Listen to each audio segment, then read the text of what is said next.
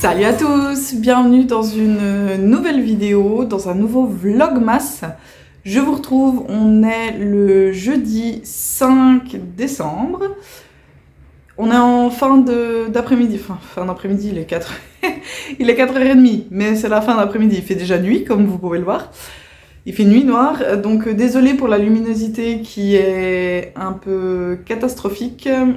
On va faire avec ce qu'on a. Vous voyez dans la vitre le reflet de la télé, puisque j'ai le grand qui est avec moi, qui est en train de regarder la télé. Donc voilà, et d'ailleurs je suis désolée, ça fait le reflet sur mes lunettes. C'est les joies de filmer en période fin d'automne, début d'hiver. Voilà. Donc je vous retrouve aujourd'hui, je veux vous montrer un petit peu, j'ai avancé un tout petit peu le Teotihuacan. Et ça va être un peu mon projet du jour. Enfin là je vais aller me poser pour faire l'indice numéro 5 du... Donc, pardon, j'ai dû aller éteindre la sécheuse qui est en train de tourner. Je vais aller crocheter l'indice numéro 5 du MCAL de Little Bichon. Pour le reste, je suis à jour. Et hier, j'ai vraiment pas crocheté longtemps dans la journée. J'ai fait uniquement l'indice numéro 4. C'est tout ce que j'ai fait de ma journée. Voilà, et aujourd'hui, j'ai réussi ce matin à prendre mon Teotihuacan top, donc de Nomad Stitches. Et j'ai fait les 2 rangs de diagrammes qui me manquaient sur la manche. Donc maintenant, il faut que je fasse les côtes. Et j'ai pratiquement fini les rangs de diagrammes du corps qui me restaient. Là, il me reste plus qu'un rang. Et ensuite, je vais partir sur le petit diagramme alternatif qu'elle nous donne à faire pour rajouter un peu de longueur au corps. En fait, j'hésitais parce que ça me dérange un peu de le répéter parce qu'en gros, ça répète juste ce motif-là. Ça répète vraiment juste ce motif ici. Et ce qui veut dire que je vais avoir beaucoup de vagues en bas et j'ai pas envie d'avoir une grosse section avec que des vagues, je trouve pas ça très beau. Donc je réfléchissais si j'arrivais pas à remettre en fait ces motifs ici en bas. Il faudrait que je calcule, enfin pas que je calcule, il faudrait simplement que j'aille regarder sur les diagrammes si on a un que j'arrive à faire passer sur mon nombre de mailles en fait. C'est juste ça. Si avec le nombre de mailles que j'ai, j'arrive à remettre ces diagrammes, parce que ils existent en plusieurs versions, puisque chaque taille, je crois qu'on a un diagramme différent pour le départ. Donc peut-être qu'il y a un des diagrammes du départ que j'arriverai à faire passer sur mon nombre de mailles en bas, et que peut-être j'arriverai à recouper pour essayer de faire un truc. Il faut que je voie ce que j'arrive à bidouiller, parce que là, clairement, il est beaucoup trop court. Hein. Il arrive là. C'est très très court. Mon nombril est ici, donc... Mais si je fais encore un diagramme complet, je vais clairement être trop longue. Donc je sais pas. J'avoue que je suis perdue. Ou alors je fais un début de diagramme et puis je l'arrête au milieu, quand il arrive plus ou moins là. Je sais vraiment pas quoi faire. Je vous avoue que je suis un peu perdue sur quoi faire. Ouais, je pourrais faire la moitié du diagramme pour que mon motif s'arrête là en fait. Par contre, du coup, j'aurais plus assez de gris, parce que vraiment, il m'en reste très peu. Je pourrais aller avec le gris jusque là où j'arrive, et puis après passer sur le brun qui, lui, m'en reste vraiment, vraiment beaucoup. Je vais réfléchir encore à ça. Ce soir, je vais essayer en tout cas de faire les côtes de la deuxième manche, et puis je vais faire en tout cas le dernier rang de diagramme qui me reste, et je vais décider à ce moment-là qu'est-ce que je fais en fait, parce que je suis vraiment dans l'interrogation de quoi faire pour rallonger mon Teotihuacan. Je ne sais pas. Je vais y réfléchir. Je vous redirai du coup peut-être demain si j'ai trouvé une solution à mon problème. Le fil de stache que je veux vous montrer... Ah oui, alors je peux juste vous parler de ça. Du coup, c'est le slipover que j'ai tricoté, le H Slipover V-Neck de K-Dri. Là, je l'ai juste passé comme ça parce que j'avais un peu frais. Si vous entendez beaucoup de bruit, c'est que je suis dans la cuisine, on a des Velux et il pleut. Du coup, ça fait pas mal de bruit la pluie sur les Velux. Alors perso, j'aime bien, mais peut-être que vous l'entendez fort, ça vous dérange. J'en suis désolée, je ne peux rien faire contre. Et du coup, j'avais un peu frais et j'ai voulu juste mettre un truc et j'ai passé ça par-dessus mon pull, hein, donc c'était pas forcément prévu comme ça. Mais voilà, alors je ne l'ai pas encore bloqué. Je l'ai vite fait en fait tremper un petit peu. Je l'ai passé dans la machine en mode essorage et je l'ai juste posé sur l'étendoir. Je l'ai pas tiré vraiment avec les épingles et tout. Ça a déjà un petit peu lissé. Alors vraiment à la caméra vous le voyez beaucoup plus qu'en vrai. Ça a un peu lissé mais on voit quand même encore le changement entre ici et là. Mais ça l'a déjà pas mal lissé en fait. Et, pour l'instant je le porte dedans. Au pire si vraiment je trouve ça trop dérangeant, je le porterai uniquement dedans comme surpull pour avoir un peu chaud. Et je suis en train de penser à m'en refaire un parce que j'ai beaucoup aimé le patron par contre. Vraiment je peux vous le conseiller. Étant moi-même vraiment très débutante en tricot, je peux vous dire qu'il est bien écrit, qu'il est facile à comprendre. Je sais pas s'il est disponible dans une autre langue que l'anglais. Ça j'ai un doute. Mais en tout cas moi j'ai trouvé très facile à comprendre et à suivre. Donc je pense m'en refaire un. Peut-être une taille en dessous ou alors avec des aiguilles, une taille en dessous. À voir le fil que j'utiliserai. Mais peut-être que... Ouais, peut-être que j'utiliserai des aiguilles une taille en dessous. Donc au lieu de prendre du 6,5 et du 5,5, je prendrai du 6 et du 5. Et à ce moment-là, peut-être que la partie ici, je la ferai plutôt en 5,5. Et la partie en rond, la faire en 6. Comme ça, je pourrais réduire un petit peu cet effet de différence de tension entre l'aller-retour et le en rond. Ça va s'améliorer avec le temps, hein, j'en suis vraiment à mes débuts en tricot, donc je me rends bien compte qu'il y a certains points, mais en fait les rangs en vert, je suis très détendue quand je dois faire les rangs en vert, parce que vous l'avez déjà dit une fois, mais je tricote les mailles en vert je crois que c'est le tricot à la norvégienne, parce que je tiens le fil en fait dans la main gauche, et du coup mon fil est derrière l'ouvrage, et pas devant. Et ce qui fait que je dois venir avec l'aiguille droite, le ramener devant avant de prendre ma maille et de revenir. J'ai bien pris le coup de main du geste, mais ça demande quand même que je sois assez détendue quand je fais ces mailles-là, parce que sinon je peux pas tourner mon aiguille en fait tout simplement. Et du coup j'ai pas la même tension que quand je viens faire des mailles en droit où je suis probablement un peu plus serrée. Enfin voilà. Voilà. Je voulais vous montrer le fil du stash du jour. Donc cette fois ce sera pour faire un ouvrage en tricot. Donc il s'agit de ce fil-ci qui est le Umami Tweed de chez Hobbii. Je ne suis pas sponsorisée Hobbii, hein. Vraiment pas. Pas du tout. S'ils ont envie qu'ils me contactent, hein, ça me ferait plaisir. Mais non, je ne suis pas sponsorisée Hobbii, j'ai acheté tous mes fils moi-même. C'est vrai que j'aime bien Hobbii parce que j'ai jamais eu de problème de commande, de livraison avec eux. C'est toujours rapide, ça arrive en moins d'une semaine, bien que ça vienne du Danemark. Et qu'à l'heure actuelle, avec le Brexit, on sait que quand on commande depuis l'Angleterre, c'est pas évident. Il s'est passé notamment beaucoup de choses avec les ventes à l'international là, ces derniers jours, et je suis vraiment désolée pour toutes les petites entreprises et tous les petits créateurs. Gros Britons qui ne vont plus pouvoir vendre leurs marchandises en Union Européenne, vraiment. Voilà, mais du coup, Hobbii qui est au Danemark, c'est toujours très rapide pour arriver en Angleterre.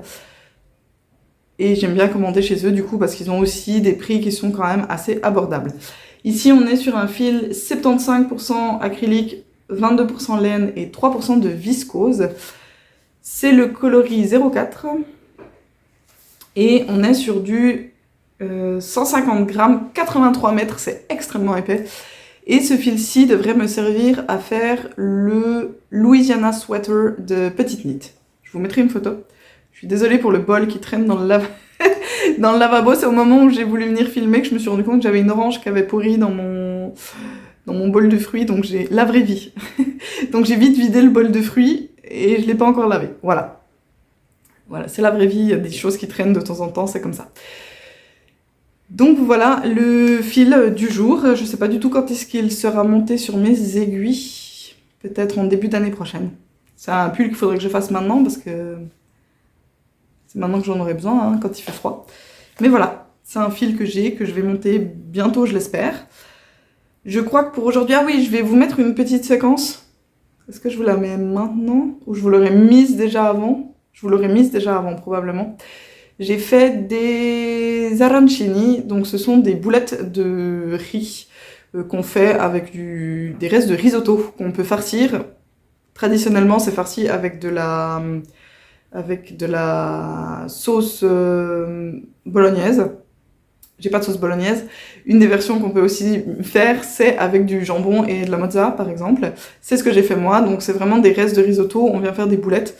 Dedans, on met du jambon, de la mozza ou ce qu'on a envie. Le but, c'est de faire un peu avec les restes, en principe. Et on fait des boulettes assez serrées parce que sinon, on a tout le fromage qui fuit à la cuisson. Et en principe, il faut les paner à l'œuf et à la panure. Mais je ne suis pas sûre d'avoir de la panure.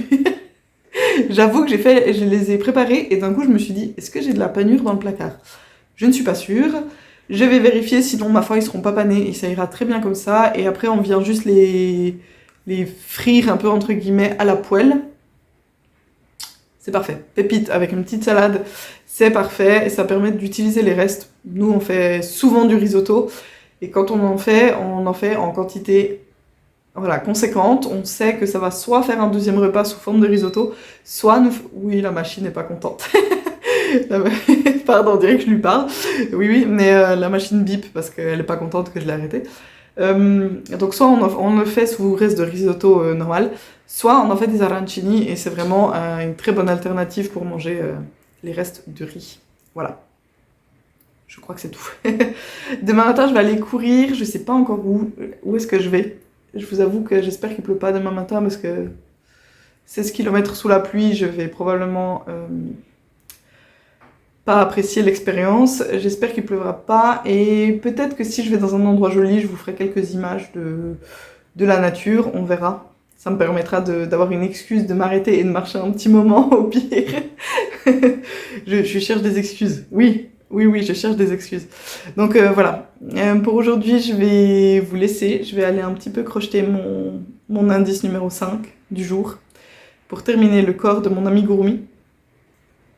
Je dois aller chercher le mini à la crèche tout à l'heure. J'ai pas envie en entendant la pluie, mais bon.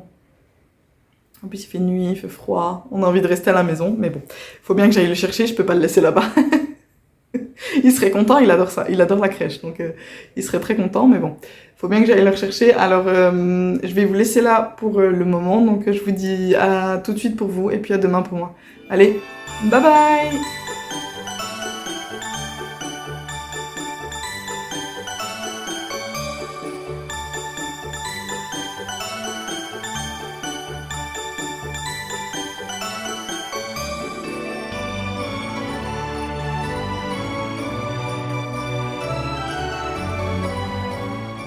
Coucou, on est vendredi 6, je viens clôturer ce 3e Vlogmas.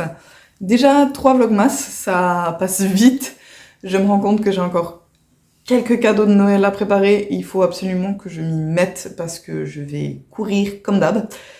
À la fin de l'année, c'est toujours ça. On se dit ouais, au début on se dit on a plein de temps et puis on arrive décembre, les jours défilent. On n'a pas nos cadeaux et on finit par courir. Donc il faut vraiment que je m'y mette. En plus, je sais ce que je dois prendre pour qui. Donc, il serait temps que je fasse mes achats. Mais bref, on n'est pas là pour parler de mes achats de Noël. Je vais déjà vous montrer ce que j'avais dans le calendrier de l'Avent du jour. Et je vais aussi souhaiter une bonne Saint-Nicolas à toutes les personnes qui fêtent la Saint-Nicolas, puisque c'est aujourd'hui. Et moi, dans le calendrier de l'Avent du jour, j'avais un petit... Pardon pour le bruit. Ce sont des blocs de construction. Ce ne sont pas des blocs de la fameuse marque très connue. Pas du tout. Et c'est pour donner un petit hamburger. J'hésite à me poser et à faire ça après. J'aurais bien envie. Mais d'un autre côté, j'ai aussi envie de lire. Déjà, je vais me poser pour faire le montage de la vidéo. Donc, je vais pas pouvoir lire tout de suite. Mais ensuite, j'aimerais bien lire puisque ce matin, en courant, j'ai écouté la fin des épisodes qui concernaient le premier tome du Seigneur des Anneaux. Donc je vous avais dit, j'écoute le podcast Les Pages du Milieu, donc qui décrypte chapitre par chapitre les ouvrages de Tolkien. Donc ils ont commencé avec le Seigneur des Anneaux. Je crois qu'ils font le Silmarillion maintenant. Je suis pas sûre, mais je crois. Et ce matin, j'ai terminé le dernier épisode du premier tome du Seigneur des Anneaux. Donc j'aimerais bien finir le tome 3 pour pouvoir regarder le film et écouter les podcasts à la suite. Donc probablement je vais aller lire un petit peu une fois que j'aurai fini mon montage. En faisant le montage, je pense que je vais reprendre celui-ci. Donc c'est le V-neck jumper de Iron Lamb. Et en fait, il me reste un rang. Ah oui, j'ai un fil là. C'est là où j'ai joint.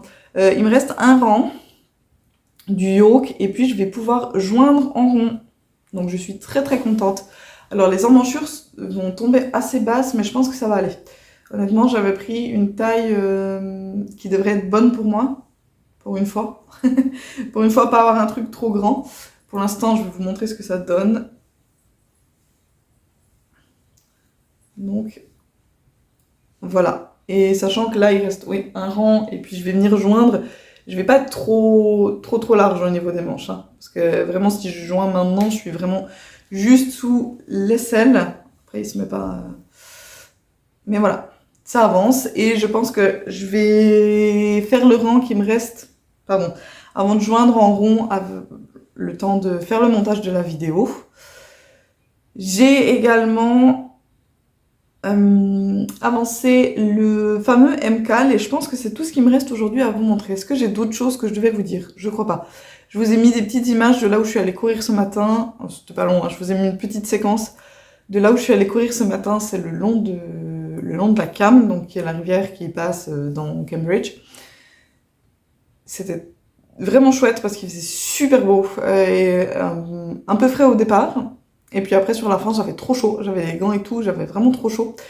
Mais il faisait vraiment super beau. Alors, il y avait une compétition d'aviron, ce à quoi je ne m'attendais pas. Et à un moment donné, j'ai commencé à avoir pas mal de personnes à vélo, des espèces avec des gilets jaunes où c'était marqué Marshall dessus, donc vraiment officier.